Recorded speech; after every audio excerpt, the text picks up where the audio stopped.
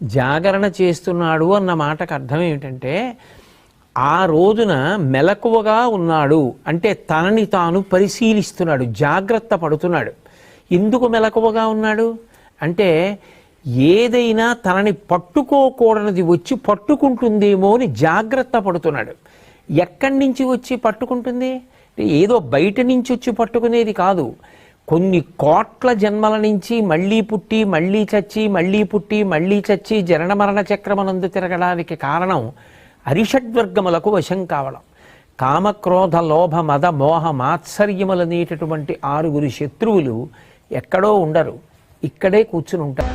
కామక్రోధశ్చ లోభశ్చ దేహే తిష్టంతి తస్కరాహ జ్ఞానరత్నాపహారాయ తస్మాత్ జాగ్రత్త జాగ్రత్త అంటారు.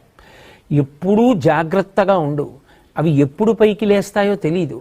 కామము, క్రోధము, లోభము, మదము, మోహము, మాత్సర్యము అనబడేటటువంటి 6 శత్రువులు కొంచెం ధ్యానం చేసి కొంచెం భక్తిగా ఉందామని ప్రయత్నం చేసేటప్పటికీ లోపల నుంచి ఆ శత్రువు పైకొచ్చి ఆ ఉపాసనని ధ్వంసం చేసి మనిషిలో రాక్షసత్వం కలిగేటట్టు చేస్తాడు.